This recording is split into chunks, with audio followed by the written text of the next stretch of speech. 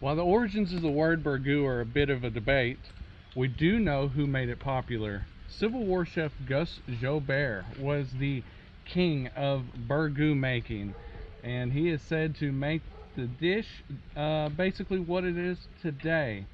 In 1890s, during the Civil War reunion for veterans, he's said to have cooked up over 6,000 gallons of the famous Kentucky stew.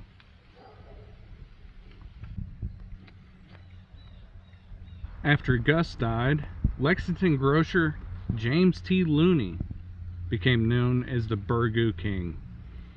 His dish was so popular, in fact, that a Kentucky Derby racehorse was named after it. And in 1932, Burgoo King, the racehorse, won the Kentucky Derby. So to be considered a true Kentucky burgoo, you need at least 3 different kinds of meat. While back in Joubert's day, it would have been whatever wild game he could gather, more modern recipes call for more modern domesticated meats. Today we're going to be using beef, chicken, and pork.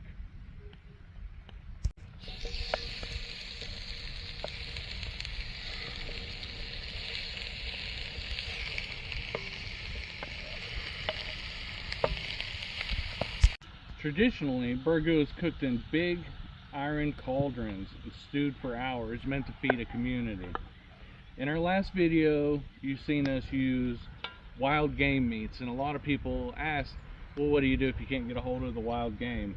So that's what we're doing today, but I'm still cooking it out over the open fire.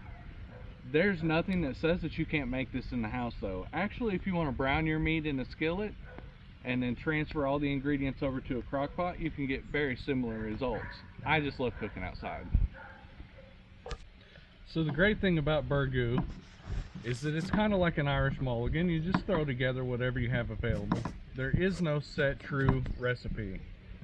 So people have been known to add all kinds of game meats, like I said earlier, and whatever vegetables that were in season.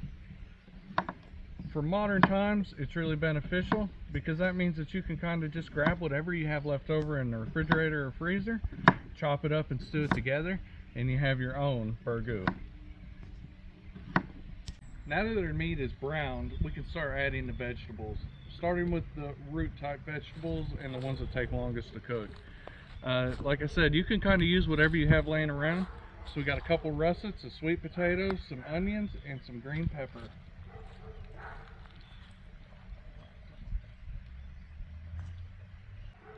We've also got some chopped cabbage, corn, lima beans, peas and carrots, and of course, okra.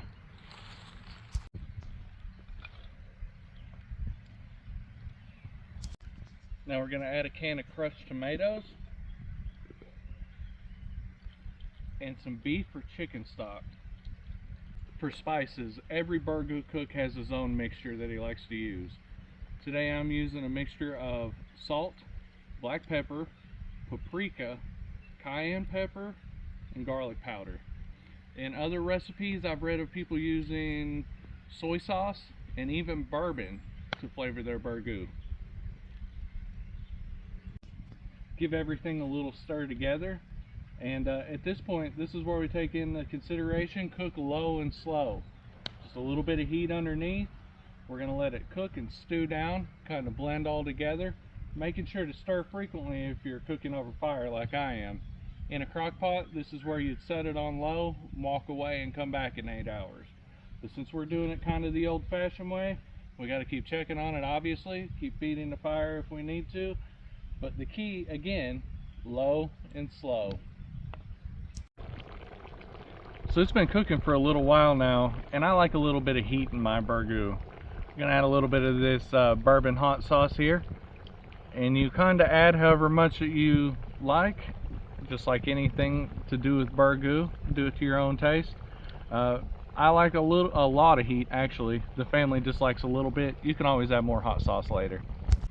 Well, our burgoo is stewed here for about 3 hours, and just like any stew, the longer you cook it, the better it's going to be. We got it paired up here with some cornbread, ready to give it a try.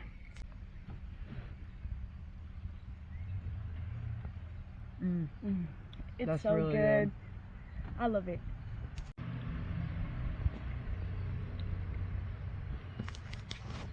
I think Joe Bear would approve.